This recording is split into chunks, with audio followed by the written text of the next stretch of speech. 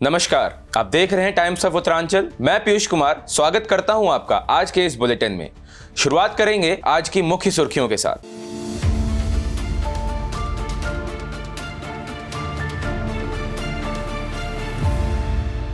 London में भारतीय विदेश मंत्री पर हमले की कोशिश, तिरंगे का भी किया गया अपमान। तमिल के बाद अब मराठी भाषा पर विवाद। भैयाजी जोशी के बयान से गरमाई महाराष्ट्र की राजनीति। उत्तराखंड वन विभाग फॉरेस्ट फंड घोटाले पर सुप्रीम कोर्ट सख्त, राज्य सरकार को लगाई फटकार। बिहार में तेजस्वी यादव ने चुनाव से पहले खेला दांव, डोमिसाइल को लेकर किया वादा। उत्तरांचल यूनिवर्सिटी के स्कूल ऑफ कंप्यूटिंग साइंसेज में विमेन सेल ने किया लिंग संवेदनशीलता पर कार्यशाला का आयोजन। अब खबरें विस्तार से।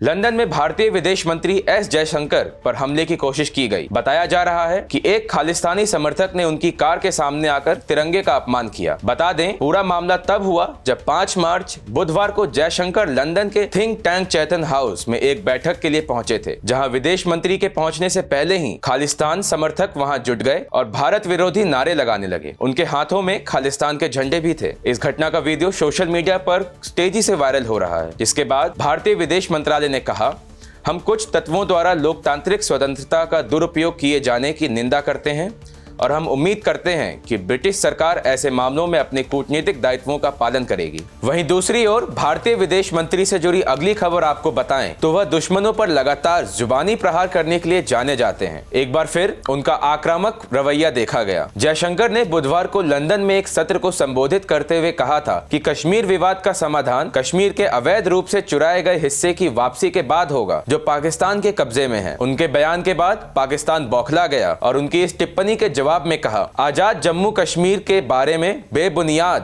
दावे करने के बजाय भारत को पिछले 77 वर्षों से अपने कब्जे में रखे गए जम्मू कश्मीर के एक विशाल क्षेत्र को खाली कर देना चाहिए। अगली खबर की ओर बढ़ें तो प्रधानमंत्री नरेंद्र मोदी का उत्तरकाशी जनपद का 1 दिवसीय दौरा कई मायनों में खास रहा। 4 धाम शीतकालीन यात्रा का संदेश देने के लिए प्रधानमंत्री नरेंद्र मोदी बृहस्पतिवार को सीमांत जिले उत्तरकाशी पहुंचे, जहां उन्होंने पहले मां गंगे की शीतकालीन प्रवास स्थल मुखबा में पूजा की। उसके बाद उन्होंने हर्षिल में जनसभा को संबोधित भी किया। इसके दौरान पीएम मोदी ने जहां सरकार को विंटर टूरिज्म को बढ़ावा देने के लिए खास मंत्र दिया, तो वहीं लोगों से विंटर सीजन में उत्तराखंड आने की अपील भी की। आपको बता दें, पीएम मोदी देश के पहले प्रधानमंत्री हैं जो भारत तिब्बत सीमा से जुड़े उत्तराखंड के चमोली और पिथौरागढ़ सीमावर्ती जिलों के बाद अब उत्तरकाशी के मुखबा और हर्षिल आए, जहाँ एक और तमिलनाडु में भाषा को लेकर हंगामा अभी भी जारी है, वहीं दूसरी ओर अब महाराष्ट्र में भी भाषा को लेकर विवाद शुरू हो गया है। बता दें कि राष्ट्रीय स्वयंसेवक संघ के नेता भैयाजी जोशी के एक बयान से महाराष्ट्र में राजनीति गर्मा गई। हाल ही में उन्होंने अपने एक बयान में कहा था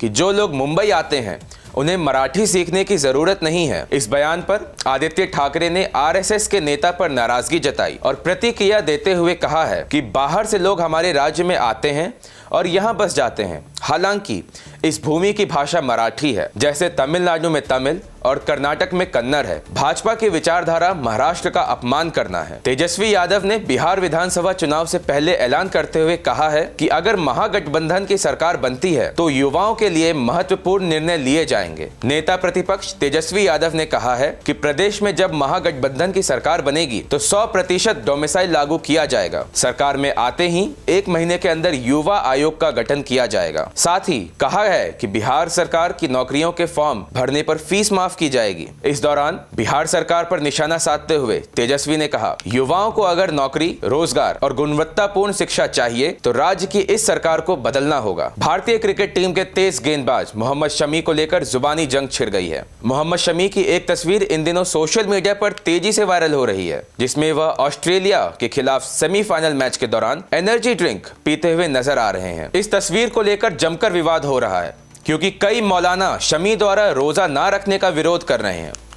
मौलाना शहाबुद्दीन रजवी ने शमी की एनर्जी ड्रिंक पीने पर आपत्ति जताई और उन्होंने कहा कि रमजान के दौरान रोजा ना रखना गुनाह है। इस मामले में अब तक राजनीति भी शुरू हो गई है। इस पर AIIA के अध्यक्ष मौलाना साजिद रशीदी ने पलटवार किया और रोजा रखने या ना रखने को निजी मामला बताया। मध्य प्रदेश से फिर एक भीषण आगजनी की खबर सामने आई है। गुरुवार को मध्य प्रदेश की गौशाला लाल टिपरा में भीषण आग लग गई। यह गौशाला मध्य प्रदेश के ग्वालियर जिले में स्थित है। बताया जा रहा है कि यहाँ 10,000 से ज्यादा गौवंश मौजूद है। आग की लपटें काफी ऊंचाई तक उठती नजर आईं। आग की सूचना पर स्थानीय पुलिस के साथ साथ फायर ब्रिगेड की टीम भी मौके पर पहुंची और आग बुझाने का काम तेजी से चलाया गया। Uttaranchal school of computing sciences की विमेन सेल ने लिंग संवेदनशीलता यानी जेंडर सेंसिटाइजेशन पर कार्यशाला का आयोजन किया। इसका उद्देश्य लिंग समानता के बारे में जागरूकता पैदा करना और रूढ़िवादिता को दूर करने के साथ ही छात्रों के बीच सम्मान और समझ की संस्कृति को बढ़ावा देना था। कार्यशाला में professor doctor Dharam Buddhi, professor doctor Sonal Sharma,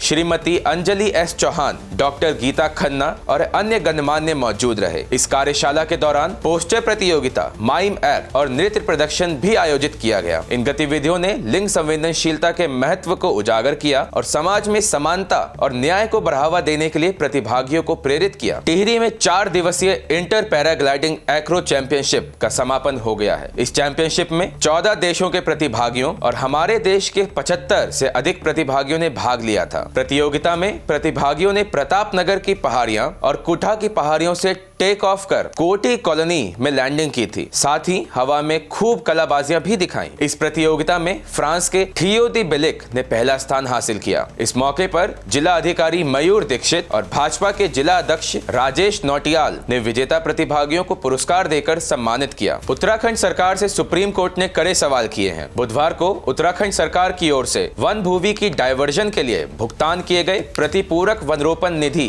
एवं जुर्माना को लैपटॉप, आईफोन, फ्रिज और कूलर खरीदने में खर्च करने की कड़ी आपत्ति जताई। इस मामले में राज्य सरकार से कोर्ट ने 15 दिनों के भीतर जवाब मांगा है। सीएसजी रिपोर्ट में कहा गया है कि डिविजनल स्तर पर 13.9 करोड़ रुपए राज्य योजना हरेला, टाइगर सफारी कार्य और अदालती मामलों में खर्च किए गए हैं। साथ ही रिपोर्ट में कहा गया है कि राशि का उपयोग स्टेशनरी आदि की खरीद जैसी अस्वीकार्य गतिविधियों पर भी हुआ है। फिलहाल के लिए इस बुलेटिन में इतना ही। ऐसी ही खबरों का सिलसिला जारी रखने के लिए आप बने रहे हमारे साथ। आप देख रहे हैं टाइम्स ऑफ उत्तरांचल। धन्यवाद।